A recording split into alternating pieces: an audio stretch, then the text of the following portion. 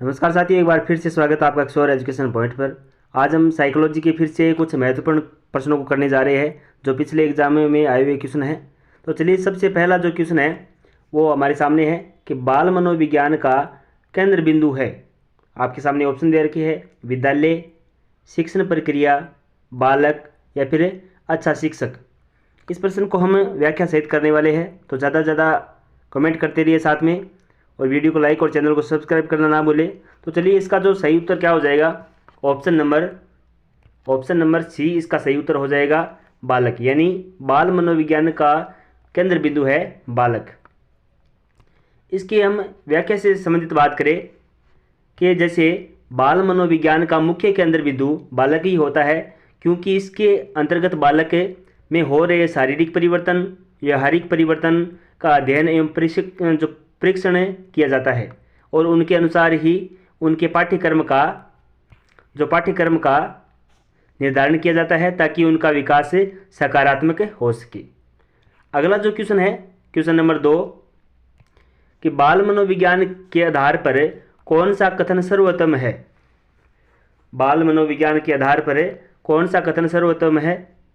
प्रत्येक बच्चा विशिष्ट होता है, कुछ बच्चे विशिष्ट होते हैं, या फिर सारे बच्चे एक जैसे होते हैं, या फिर कुछ बच्चे एक जैसे होते हैं।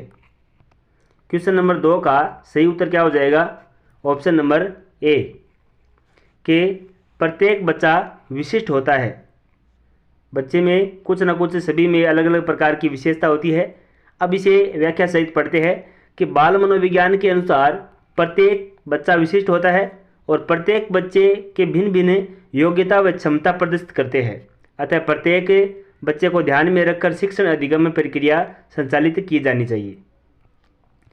अगला जो क्वेश्चन है, क्वेश्चन नंबर 3, कि मानव विकास मात्रात्मक है, गुणात्मक है, कुछ सीमा तक अमापनीय है, या फिर उपयुक्त ए और बी दोनों है।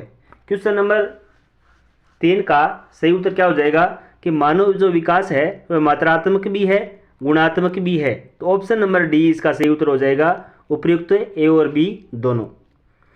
इसके बारे में बात करें कि मानव विकास के बारे में बात करें, मानव विकास एक मात्रात्मक और गुणात्मक दोनों होता है। मानव विकास जीवन पर्यंत चलता है, क्योंकि जो व्यक्ति के गर्भ में होने से लेकर मृत्यु तक विकास की ये प्रक्रिया चलती रहती है, तो इसलिए इसे मापा जा सकता है। इस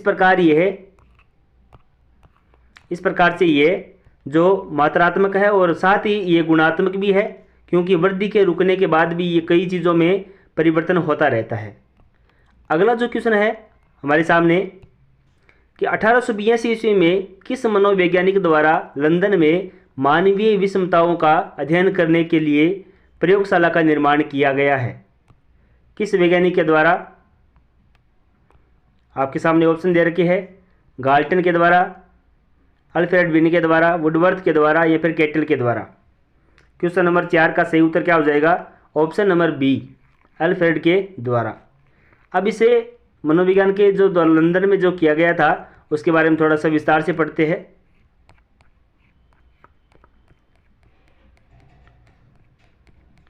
क्वेश्चन नंबर 4 का जो व्याख्या सहित पढ़ते हैं कि अल्फ्रेड बिने ने 1882 ईस्वी में लंदन में मानवीय विशेषताओं का अध्ययन करने के लिए प्रयोगशाला का निर्माण किया गया था। क्वेश्चन नंबर 5 की तरफ चलते हैं। क्वेश्चन नंबर 5 है कि प्रयोगात्मक विधि को सर्वप्रथम प्रस्तावित किया गया था। राइट और कॉर्नमैन ने, वुड ने, या फिर कॉलिन्सन ने, ड्रेवर ने और विलहेल्म वुंट ने। क्वेश्चन नंबर 5 का सही उत्तर क्या हो जाएगा? Option number D, Wilhelm Wundt ने। अब इसे जानते हैं कि जो विलहेल्म वुंट ने जर्मनी के दार्शनिक एवं मनोवैज्ञानिक थे। विलहेल्म वुंट ने 1861 ईस्वी में मनोवैज्ञानिक की पहली प्रयोगशाला की स्थापना की तथा इन्होंने मनोविज्ञान के क्षेत्र में प्रयोगात्मक विधि का प्रारंभ किया, इसलिए इन्हें प्रयोगात्मक मनोविज्ञान का पिता भी कहा जाता है। अगला जो क्वेश्चन है, क्वेश्चन नंबर 6, कि बाल मनोविज्ञान के अनुसार शिक्षा के क्षेत्र में मुख्य स्थान है किसका है? अध्यापक का, प्रशासक का, बालक का, या फिर अभिभावक का। क्वेश्चन नंबर 6 का सही उत्तर हो जाएगा ऑप्शन नंबर सी, बालक का। यानी मनोविज्ञान के अनुसार शिक्षा के क्षेत्र में बालक का मुख्य स्थान है। अब इसे जानते हैं कि बाल मनोविज्ञान के अनुसार शिक्षा के क्षेत्र में मुख्य स्थान बालक का होता है और वर्तमान समय में बाल केंद्रित शिक्षा दी जा रही है। बाल केंद्रित शिक्षा में शिक्षा शिक्षण पद्धति बालक के हिसाब से ही प्रस्तुत और निर्धारित की जाती है। अगला जो क्वेश्चन है क्वेश्चन नंबर 7 कि शिक्षा मनोविज्ञान है व्यवहारिक विज्ञान, मानक विज्ञान, विशुद्ध विज्ञान या फिर उपरोक्त में से कोई नहीं। शिक्षा मनोविज्ञान है, क्वेश्चन नंबर 7 का सही उत्तर हो जाएगा ऑप्शन नंबर बी, मानक विज्ञान। अब इसे जानते हैं कि शिक्षा मनोविज्ञान एक मानक विज्ञान है जिसमें व्यक्ति को लक्ष्य केंद्रित शिक्षा दी जाती है। इसके द्वारा मानव व्यवहार को परिवर्तित मनचाही दिशा में मोड़ा जा सकता है।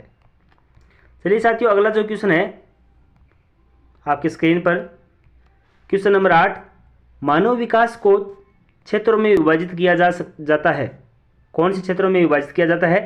शारीरिक, संज्ञानात्मक, संवेगात्मक और सामाजिक। संवेगात्मक, संज्ञानात्मक, आध्यात्मिक और सामाजिक, मनोवैज्ञानिक।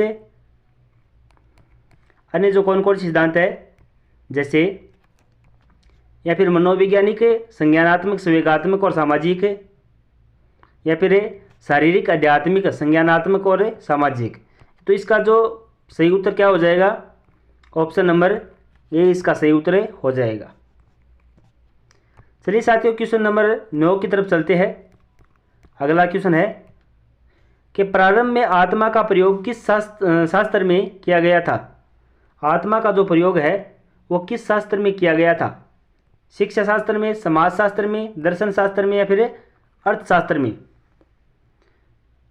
क्वेश्चन नंबर 9 का सही उत्तर हो जाएगा ऑप्शन नंबर सी, दर्शन शास्त्र में आत्मा का प्रयोग किया गया था। अब बात करते हैं दर्शन शास्त्र के बारे में कि दर्शन शास्त्र वह ज्ञान है जो परम सत्य और प्रकृति के सिद्धांतों और उनके कारणों की विवेचना करता है। दर्शन शास्त्र सामाजिक चेतना के रूपों में से एक है, अतः दर्शन शास्त्र का संबंध आत्मा से है जिसमें व्यक्ति के आत्मा अंतर्निहित ज्ञान का अध्ययन किया जाता है। अगला जो क्वेश्चन है क्वेश्चन नंबर 10, इसके बारे में बात करें कि विकासात्मक मनोविज्ञान में जीवन का अध्ययन किया जाता है। विकासात्मक मनोविज्ञान में जीवन का किस अवस्था का अध्ययन किया जाता है? किशोर अवस्था में, जीवन पर्यंत, जन्म से या गर्भकाल में? तो इसका सही उत्तर हो जाएगा कि जन्म से विकासात्मक मनोविज्ञान का अध्ययन किया जाता है। अब इसे व्याख्या सहित समझते हैं। देखो, विकासात्मक मनोविज्ञान एक सिद्धांत वैज्ञानिक अध्ययन है जो मनुष्य के जीवन में हो रहे परिवर्तन के बारे में बताता है। विकासात्मक मनोविज्ञान के 3 लक्ष्य है और विकास का वर्णन करना, समझना और अनुकरण करना यानी फॉलो करना। अगला जो बात करें कि मनुष्य जीवन चरणबद्ध तरीके से आगे की ओर तरफ बढ़ता है, शेषावस्था, बाल्यावस्था, किशोरावस्था और प्रौढ़ावस्था। अब बात करते हैं कि विकासात्मक मनोविज्ञान का अर्थ व्यक्ति के विकास के साथ उसके व्यवहार का अध्ययन करता है। इस प्रकार से हमने जो बाल विकास के मनोविज्ञान के 10 क्वेश्चन किए हैं, इनमें से आपके कितने क्वेश्चन सही हो रहे हैं? अगर इस क्लास को आगे भी इसे निरंतर चलते रहना है तो इसे आप कमेंट करके ज़रूर बताइए ताकि इसी की आगे क्लास से ले सके। बहुत बहुत धन्यवाद इस वीडियो को पूरा देखने के लिए। शुक्रिया।